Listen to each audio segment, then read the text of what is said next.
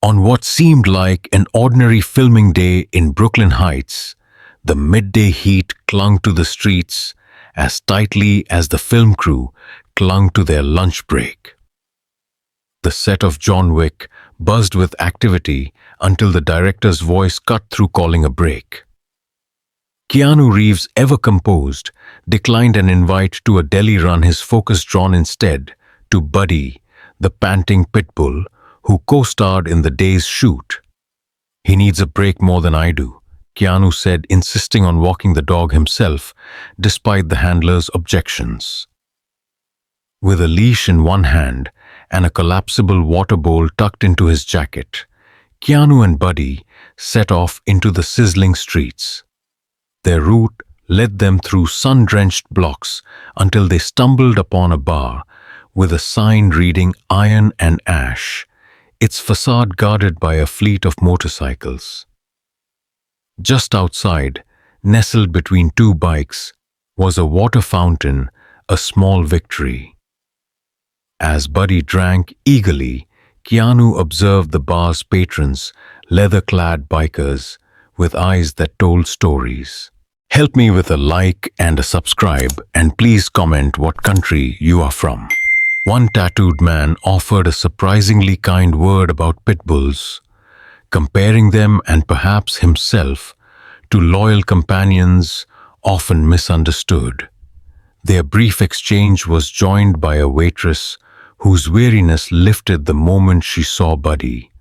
Kinder than half the men inside, she joked, scratching the dog's ears. Keanu smiled, thanked her, and began to move on when something snapped his attention, a sharp shout, harsh and loud, piercing through the buzz of the street. He turned. A biker, broad and mean, had just kicked a dog. But not just any dog. It was Buddy. And Keanu Reeves was watching. Just as Keanu and Buddy began to relax, the same waitress from earlier, now outside the bar, was locked in a heated standoff with 5 intimidating bikers. Her stance was unyielding, her voice ringing out clear across the lot as she declared, "I told you yesterday, your gang's not welcome here anymore." Her defiance was met with hostility as a burly, bald biker stepped forward, growling, "Move aside, sweetheart, or we'll move you ourselves." Tension crackled in the air. But before the situation could spiral further, another group of bikers emerged from a parked bus, quickly closing ranks around the waitress, forming a protective shield. "You heard the lady," one of them said coldly. "Time for you to leave." Seeing the potential for escalation and mindful of his promise to keep Buddy safe, Keanu chose to retreat quietly, leading the dog away through the side streets. A few blocks later, the atmosphere shifted. The neighborhood softened into leafy shade and calm sidewalks. They arrived at a charming cafe, string lights weaving a whimsical canopy over its patio tables. Keanu selected a shaded spot, removed Buddy's leash, and invited him to rest on a chair beside him. The pit bull climbed up with practiced ease, earning smiles from nearby patrons. A waitress named Maggie approached with a friendly smile that brightened further when she noticed Buddy. "What a handsome boy," she said warmly. Keanu returned the smile and ordered a coffee, a steak sandwich, and a special unsalted steak portion for his companion. Maggie winked at Buddy. "One for the gentleman." As Keanu waited, he unfolded his script, reading while absently patting Buddy's head. Moments later, Maggie returned with his coffee, promising the rest shortly. The peaceful scene shattered in an instant when a scowling man in a biker vest passed their table, muttering, "Filthy animals, sitting like they're people." Before Keanu could react, the man's boot struck Buddy, eliciting a sharp yelp that turned into furious barking, jolting the patio into silence. Keanu was on his feet in a heartbeat, his chair scraping loudly as he stepped between Buddy and the biker, his frame tense with fury. "What the hell do you think you're doing?" he demanded, voice low but laced with threat. The biker, startled, stepped back slightly but sneered. "Control your beast. How dare it?" It bared teeth at a man. Keanu's hand rested protectively on Buddy, calming him. "Buddy only reacts to threats. You hurt him. He's never hurt anyone unprovoked." The biker scoffed. "Coward dog, coward owner." Keanu's calm cracked. His hand shot out, gripping the man's vest, pulling him in close. A gasp rippled through the cafe, and Maggie appeared, tray in hand, her expression tense. Realizing the eyes upon him, Keanu released the man's vest with slow control, the rage still smoldering in his gaze, but restrained just barely. Keanu took a deep breath, trying to center himself, his grip loosening on the biker's vest just enough to avoid escalation. The biker, sensing restraint, sneered and took full advantage of the moment. "You'll pay for this," he growled, brushing off the spot where Keanu had grabbed him. "Both of you." With a final contemptuous glance, he turned and stomped away, the thud of his boots reverberating through the tense silence of the patio. As the man disappeared, Keanu's eyes were drawn to the back of his vest, an insignia of a snarling tiger with outstretched claws. It was the same emblem worn by the gang that had confronted the waitress earlier at Iron and Ash. The realization sent a chill through him, but for now he pushed the thought aside, turning his attention to Buddy. A quick inspection confirmed the dog wasn't seriously hurt, and the comforting scent of grilled meat coaxed Keanu's mind back to the reason they'd stopped here. Maggie returned to their table, worry etched on her face. "I'm so sorry about that," she said, setting down their food. "Are you both okay?" Keanu offered a reassuring smile. "We're fine." "Sorry for the scene." Maggie shook her head. "No need to apologize. Those bikers have been a problem for weeks, but this is the first time one's hurt an animal." She lowered her voice, glancing around. "We've been trying to get more security, but it's not easy." As she left, Keanu eased back into his chair, the adrenaline ebbing, but leaving behind a residue of unease. His stomach growled, reminding him of how long the day had been. He looked at Buddy, whose tongue lolled at the scent of steak, a drool string slowly forming. Keanu chuckled, grateful for the dog's resilience. "All right, Buddy," he said, laying down the plate. "After all that, we've earned this." As they ate, Keanu's thoughts kept returning to the biker and his threat. It didn't feel finished. Something told him this encounter wasn't the last. But for now, he focused on the quiet moment, the simple joy of sharing a meal with a loyal companion. As he took his final bite, he glanced at his watch and realized their break was nearly up. "Time to head back, Buddy," he said, giving the dog a soft pat. "But first, I need to use the restroom. Think you can wait for me?" Buddy tilted his head, then let out a contented huff of curling up again on the chair. Keanu smiled, secured the leash to the table leg, and flagged Maggie as she passed. "Mind keeping an eye on him?" he asked. "Just a few minutes." "Of course," she replied warmly. Keanu made his way through the cafe, toward the restrooms, where a small line had formed. He considered turning back, but nature insisted otherwise. The minutes ticked by. He tapped his foot uneasy, the earlier tension gnawing at him. It was probably nothing. He told himself Buddy was in good hands. Still, relief flooded him when his turn finally came. But when Keanu returned to the patio, that sense of reassurance shattered. Buddy was alone at the table, visibly distressed, his breathing labored. Maggie was nowhere in sight. Keanu's heart pounded as he rushed forward. Buddy was choking. Panic surged, but Keanu fought to stay calm. Water, he called out urgently.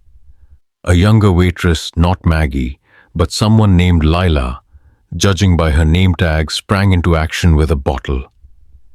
Keanu gently lifted Buddy's jaw, letting the dog sip small amounts of water.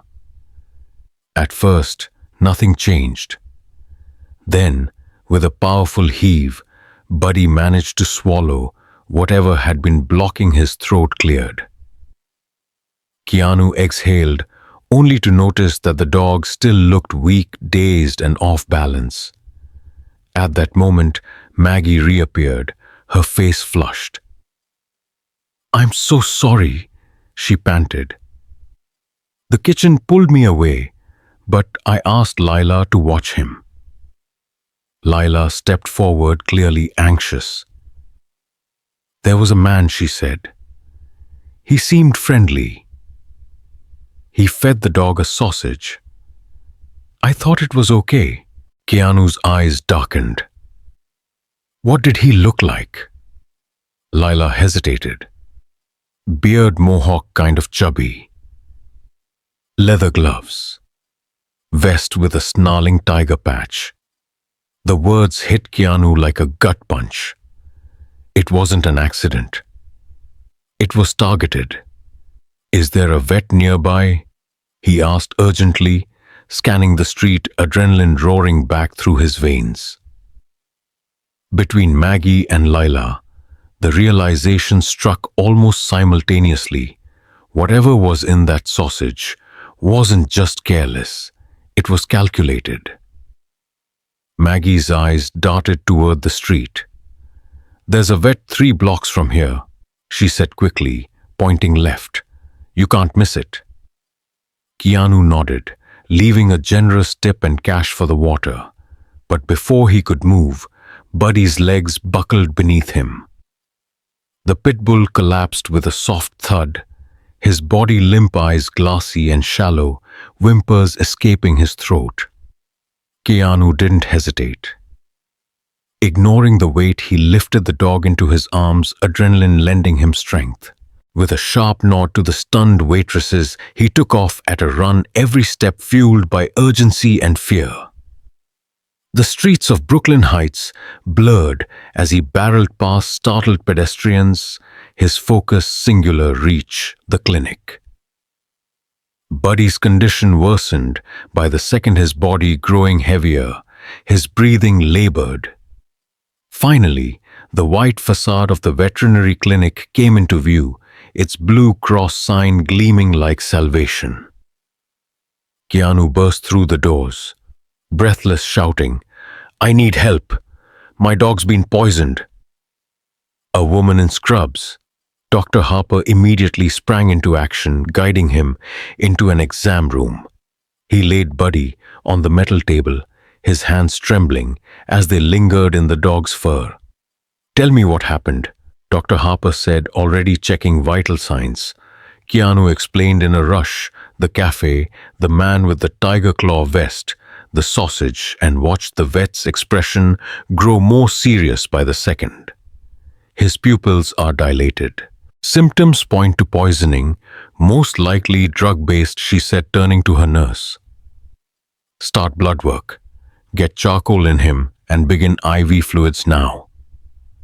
As the team leapt into motion, Keanu nodded, his voice tight with emotion. "Do whatever it takes. Just save him." He was gently ushered into the waiting room, the sterile quiet, a jarring contrast to the chaos inside him. Pulling out his phone with shaking hands, He called the director, updating him on Buddy's condition. The initial irritation faded quickly. Forget the schedule. Take care of the dog. And Keanu, document everything. We may need it. After ending the call, Keanu contacted the dog keeper and asked him to meet them at the clinic to help record the details. As he sat down, his breath slowly returning to him, Keanu couldn't help but reflect on the unraveling of what was supposed to be a peaceful lunch break. It had turned into a nightmare, and something told him this was just the beginning. What had begun as a peaceful walk had unraveled into a harrowing fight for survival, and somewhere out there, the man responsible for it was still free. Keanu's jaw tightened with the weight of that truth. He had always believed in restraint, in patience and principle over violence. But now, sitting alone in a sterile waiting room with Buddy's fate hanging in the balance, something had shifted. Minutes crawled by, stretching into what felt like hours, the antiseptic air doing little to steady his fraying nerves. Other pet owners came and went, but Keanu didn't register them. His world had narrowed to a single point, the door behind which his dog fought for life. Then, at 1:42 p.m., Dr. Harper emerged, her expression serious, but not despairing. Keanu rose before she even spoke. "He's stable for now," she said, taking a seat beside him. "But he's not out of danger." She explained the results traces of a powerful narcotic mixed with rat poison, a cocktail designed not to injure but to kill. It wasn't just a malicious prank, it was a targeted act of cruelty. The only saving grace had been their speed in reaching the clinic. The charcoal, the IV fluids, and the antidotes were all buying Buddy a fighting chance. Keanu absorbed the news, but his mind was already elsewhere, reconstructing every moment since that first confrontation. The pattern was undeniable. The threat at the bar, the insult at the cafe, the deliberate feeding, the poisoning. Just then the dog keeper arrived, flustered and concerned, and Keanu gave him a rapid but thorough account. Something shifted in Keanu as he spoke, affirming of resolve. He hadn't meant to bring Buddy into danger, but now he owed it to the dog to see this through. "I need to settle something," Keanu said, his voice low and steeled. "Can you stay with him?" The dog keeper nodded, though clearly puzzled. "Where are you going?" Keanu's gaze hardened. "To find the one who did this." He turned to Dr. Harper. "I'm covering all his expenses. Do whatever it takes." She assured him they would. With deliberate care, Keanu handed over Buddy's leash, water container, and cleanup bags, small objects that now felt like symbols of passing the torch. "Take care of him. I'll be back." And with that, he stepped outside, his walk swift and resolute. This wasn't about revenge. He told himself it was about justice, about making sure no one else suffered what Buddy had. Yet he couldn't deny the fire smoldering beneath his calm. The sun was beginning its descent, casting long shadows across Brooklyn Heights as Keanu approached the familiar, grimy facade of iron and ash. It stood in harsh contrast to the polished cafes around it, a bunker of hostility and silence. He paused across the street, taking a long breath, the echo of Buddy's poisoned whimpers still ringing in his ears. He knew this could be dangerous. He also knew that backing down was no longer an option. Keanu lingered across the street from iron and ash, taking a moment to collect his thoughts. The idea of confronting the man responsible for Buddy's poisoning head-on now felt reckless. He was one man, a known face about to walk into a nest of violent bikers, some of whom had already shown a willingness to hurt people without hesitation. His public identity, often an afterthought, now loomed large in his mind as both liability and leverage. Across the street, he spotted the same group of bikers from earlier, loud and aggressive, as they forced their way inside the bar. The fearless waitress who had stood her ground before was gone, replaced by a nervous young man sweeping near the doorway, his body language radiating fear. Keanu waited until the last biker disappeared inside before crossing over and approaching. "Rough crowd," he said casually. The young man's eyes widened with recognition before flicking nervously back to the bar. "You have no idea," he muttered. "The woman who was supposed to be here. She's in the hospital." Keanu's heart sank. It had to be the waitress who doted on Buddy. He stepped closer, lowering his voice. "How long has this been going on?" The man's shoulders sagged. "Months. It's getting worse. They broke my nose and 2 fingers last month when I tried to refuse service." He flexed his hand absent-mindedly, grimacing. "I wanted to quit. Nessa did too, but..." He trailed off. "But what Keanu prompted, I gave my notice, but the boss begged me to stay. Said he needs people to hold the place together until he can find replacements.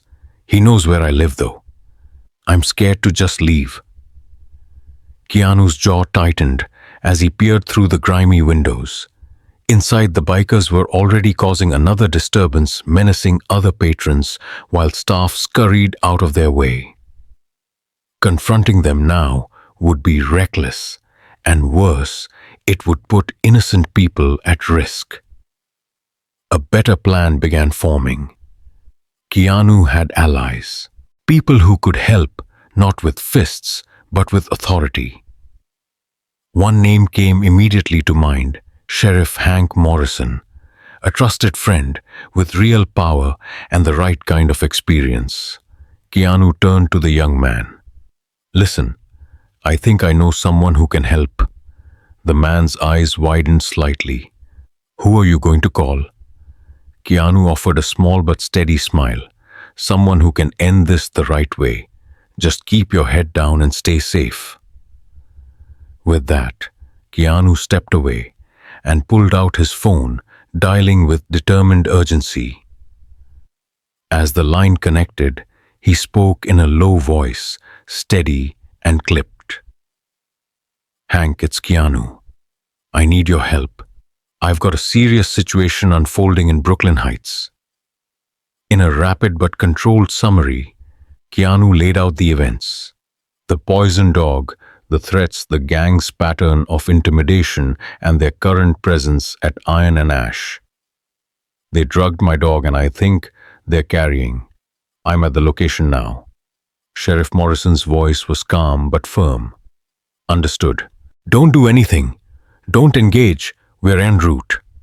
The call ended with a wave of cautious relief. Keanu trusted Hank to bring the law down where it was needed. As he slipped the phone back into his pocket, he noticed the employee still hovering nearby, caught between fear and fragile hope. "Did you call the police?" the man asked, his voice barely audible. Keanu nodded. The man's face twisted in alarm. No, you can't. The business. If the cops show up, the boss." "But..." Keanu stopped him gently, placing a firm hand on his shoulder. "Think about what you're protecting. A place where you're beaten for doing your job. A place where no one's safe." The question hung in the air like a challenge. And for the first time, the man didn't look away. Staff that allowed criminals to rule by fear had no place in any community, and Keanu's voice, though calm, carried that conviction. "There should be real security guards at that door," he said, gesturing toward the bar. "Not waitresses. Not you. No one should be put in harm's way just for doing their job." The young employee nodded slowly, absorbing the truth. But before he could speak further, the sound of distant sirens began to rise, the shrill wail growing louder until multiple police cars converged on the street. Their silent, coordinated arrival hinted at careful planning. Officers moved with swift precision, slipping from vehicles and into formation before entering iron and ash with practiced efficiency. Keanu remained across the street, watching through the grimy windows as chaos erupted inside. Tables upended, startled patrons corralled, and aggressive bikers quickly overpowered. Snippets of radio chatter drifted toward him as officers began exiting the bar, speaking in clipped tones about a significant stash of illegal substances found not just on the suspects, but stored in the back, suggesting organized distribution. Relief flooded Keanu. Justice was being served. One by one, the bikers were cuffed and escorted to waiting cruisers, their rights read aloud as a growing crowd gathered under the flashing red and blue glow. Slipping on his sunglasses, Keanu shrank into anonymity, content to let the law take center stage now that his part was done. But just as he turned to leave, fate threw one last twist into his path. At the edge of the action, as officers loaded the final suspects into cars, Keanu found himself face to face with the biker who had kicked Buddy, the same man whose venom had nearly killed his dog. Their eyes met, a brief electric current of recognition and tension crackling between them. Rage and fear danced across the biker's face as he recognized the calm figure behind the sunglasses. Keanu held his stare, emotions swirling, but contained. "You know," he said evenly, "I read a line recently that fits this moment. You don't mess with a man's dog." He let the silence linger, his voice low and pointed. "This isn't a movie. In real life, your actions have consequences." The biker's lips curled in hate. "I hope that mutt died," he snarled, struggling against the officer holding him. Keanu didn't flinch. His tone was steady, but his gaze was iron. He didn't. "And now you'll have a long time to think about why hurting something innocent was your idea of power." With that, Keanu turned and walked away, never glancing back. Even as the man shouted profanities, his voice cut short by the slamming of a police car door. As Keanu retraced his steps toward the vet clinic, the streets felt different, less hostile, more familiar. The urgency that had propelled him earlier had given way to a calm, resolved pace. Justice had been served, but more importantly, he had upheld what mattered without giving in to vengeance. When he arrived at the clinic, Dr. Harper was waiting at the door. She wore a tired but hopeful smile, and Keanu, spotting that expression, finally allowed himself to breathe. "Mr. Reeves, Doctor." Harper greeted him with a tired but genuine smile. "I'm happy to report that Buddy is stabilizing. The antidotes and supportive care are working well. We've managed to counteract most of the poison's effects." A wave of relief crashed over Keanu, the tight knot in his chest beginning to loosen. "That's wonderful news, Doctor," he said, his voice thick with emotion. What's the next step? As she led him toward the recovery area. Dr. Harper explained, we'll keep him under observation for the next 24 hours to monitor for complications. He'll remain on anti-nausea medication, liver support, and a special diet designed to help his system recover. When they reached Buddy's enclosure, Keanu's breath caught there. He was lying on a soft bed, tubes and monitors surrounding him, but still wagging his tail weakly the moment he saw him. Keanu knelt to eye level, his throat tightening. "Hey, buddy," he whispered, reaching through the bars. "You're going to be okay.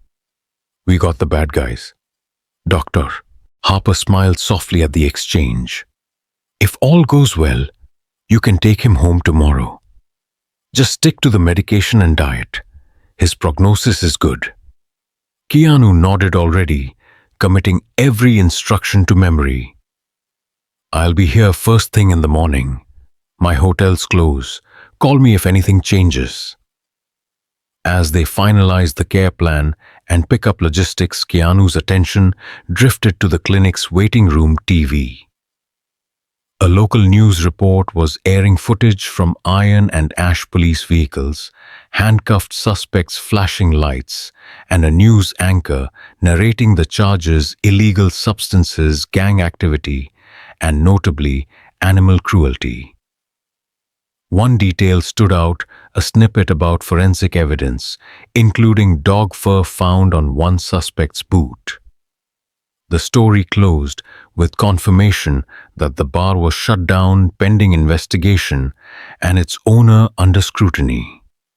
Keanu felt an undeniable sense of justice, mixed with gratitude, that his role had remained undisclosed.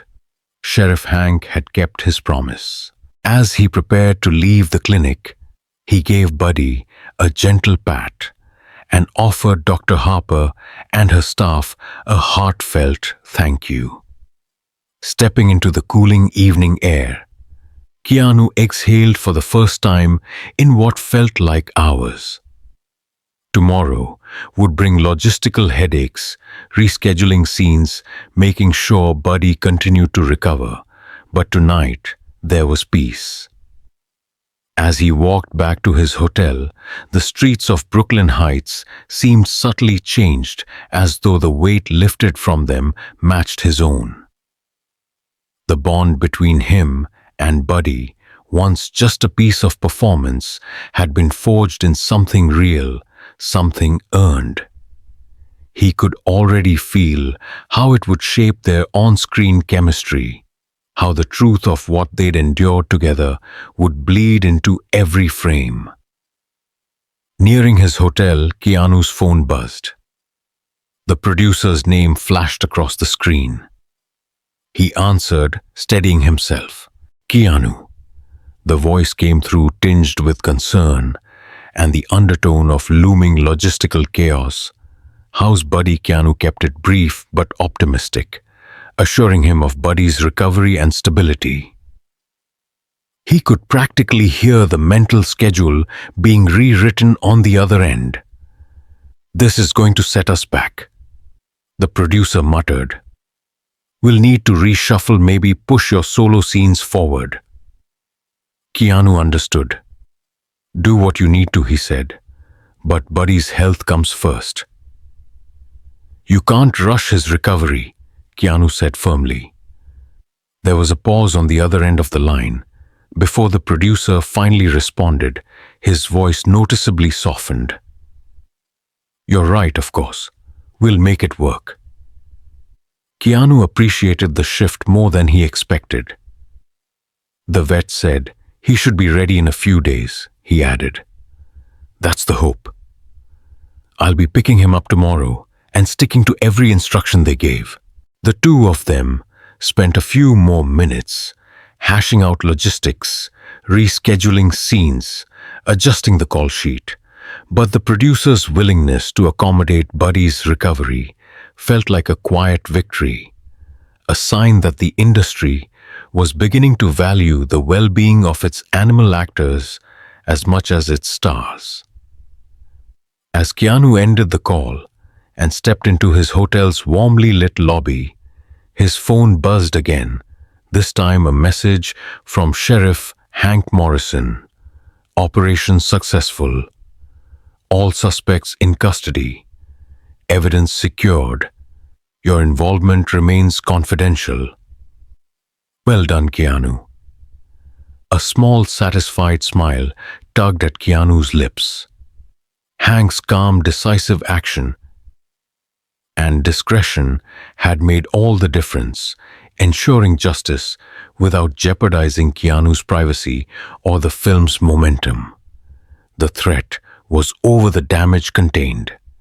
And yet Keanu knew the real story wasn't about bikers or arrests. It was about the bond forged through adversity, the loyalty of a dog who had become more than just a co-star. As he finally drifted into sleep that night, the adrenaline faded, replaced by a calm contentment. The day had tested him in unexpected ways, his patience, his strength, his restraint. But he had emerged from it not just intact but stronger. Tomorrow there would be new scenes to shoot, new lines to learn. But most importantly, there would be Buddy waiting, recovering, and ready to face it all by his side. And as Keanu slept, the small smile on his face remained a quiet testament to the kind of peace that only comes from doing the right thing. Thank you for choosing my video among thousands of videos out there to watch. Helping me with a subscription of yours is very small but very big and too valuable.